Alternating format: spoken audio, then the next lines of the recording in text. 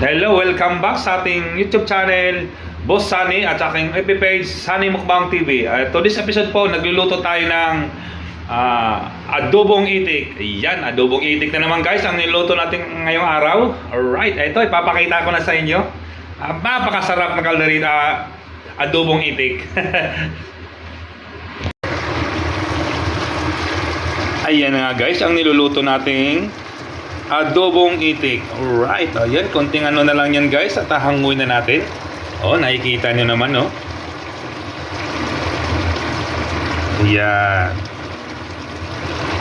Ilang minutes na lang to at ay matutuyuan na. Napakasarap na naman ang pulutan natin ngayong araw. Alright.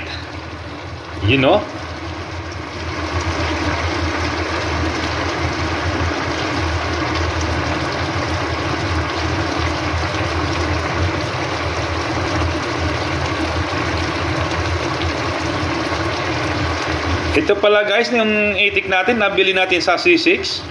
Binili natin kanina bago tayo pumasok. Kaya nakakuha tayo medyo maganda-gandang itik, hindi payat. Napili tayo ng maganda-ganda. Ang bilihan pala doon guys, per peraso.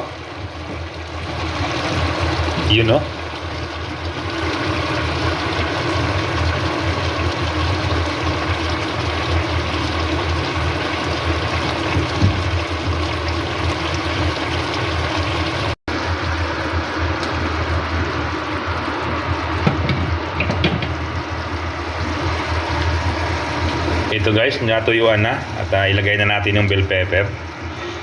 Yun.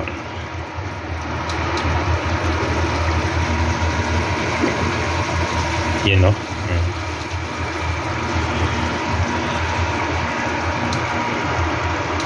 Ayan, ilagay natin yung bell pepper guys. Tatakpan na natin ng konti.